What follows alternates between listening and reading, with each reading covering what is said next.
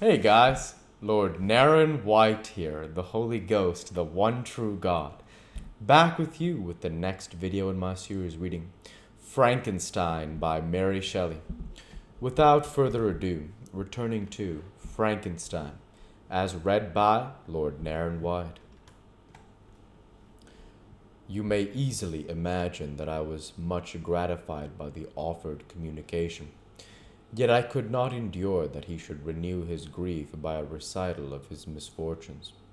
I felt the greatest eagerness to hear the promised narrative, partly from curiosity and partly from a strong desire to ameliorate his fate as if it were in my power.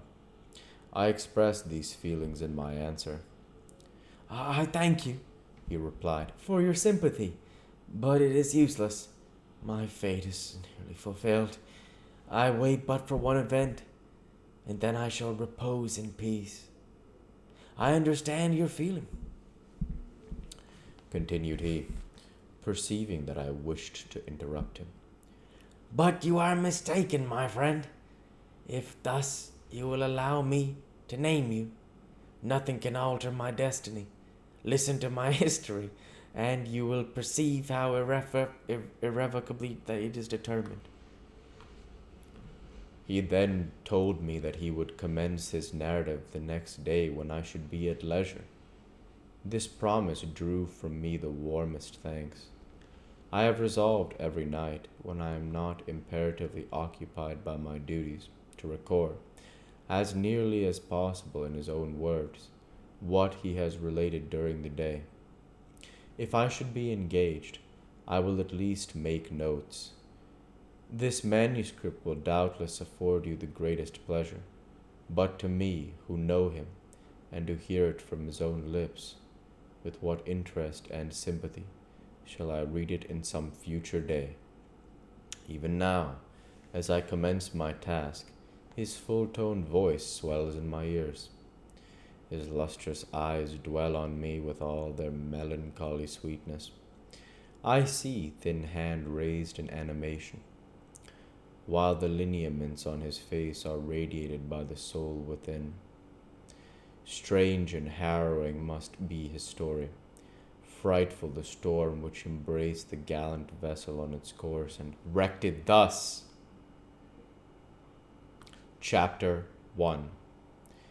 I am by birth a Genevese, and my family is one of the most distinguished of that republic. My ancestors had been for many years councillors and syndics, and my father had filled several public situations with honor and reputation. He was respected by all who knew him for his integrity and indefatigable attention to public business. He passed his younger days perpetually occupied by the affairs of his country. A variety of circumstances had prevented his marrying early, nor was it until the decline of his life that he became a husband and father of a family. As the circumstances of his marriage illustrate his character, I cannot refrain from relating them. One of his most intimate friends was a merchant who, from a flourishing state, fell, through numerous mischances, into poverty. This man, whose name was Beaufort, was of a proud and unbending disposition, and could not bear to live in poverty and oblivion, in the same country where he had formerly been distinguished for his rank and magnificence. Having paid his debts, therefore, in the most honorable manner, he retreated with his daughter to the town of Lucerne, where he had lived unknown, and in wretchedness. My father loved Beaufort with the truest friendship, and was deeply grieved by his retreat in these unfortunate circumstances. He bitterly deplored the false pride which led his friend to a conduct so little worthy of the affection that united them. He lost no time in endeavoring to seek him out, with the hope of his persuading him to begin the world again through his credit and assistance. Beaufort had taken effectual measures to conceal himself, and it was 10 months before my father discovered his abode.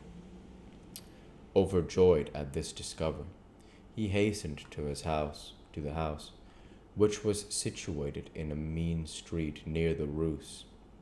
But when he entered, misery and despair alone welcomed him.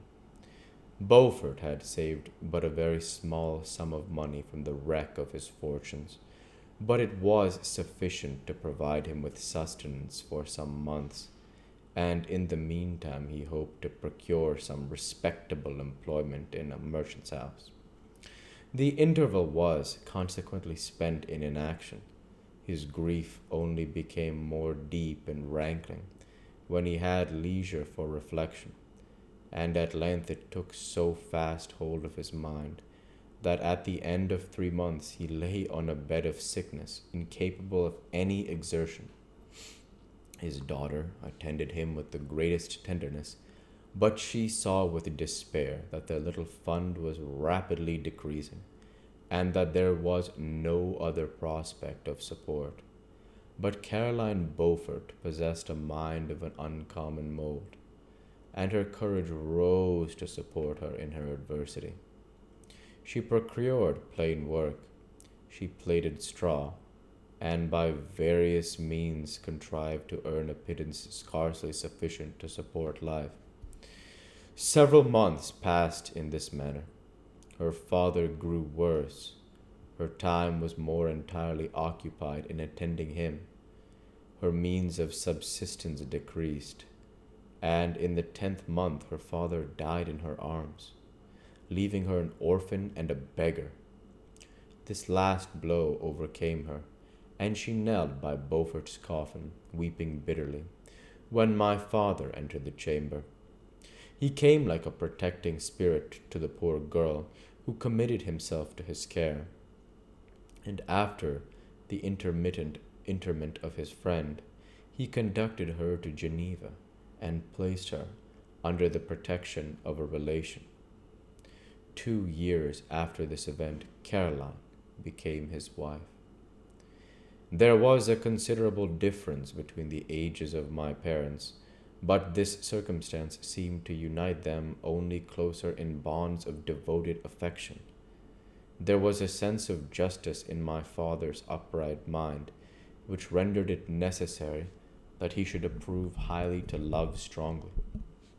Perhaps during former years he had suffered from the late discovered unworthiness of one beloved, and so was disposed to set a greater value on tried worth.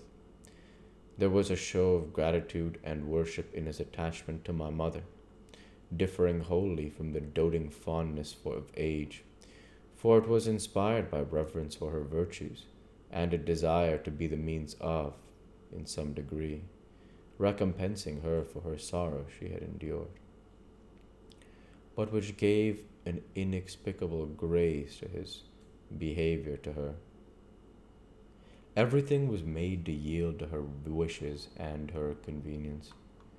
He strove to shelter her, as a fair exotic is sheltered by the gardener, from every rougher wind, and to surround her with all that could tend to excite pleasurable emotion in her soft and benevolent mind. Her health, and even the tranquillity of her hitherto constant spirit, had been shaken by what she had gone through.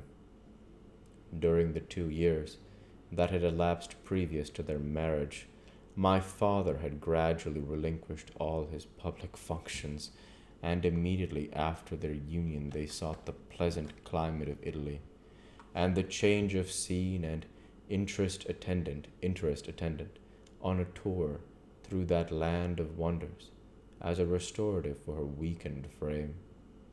From Italy they visited Germany and France.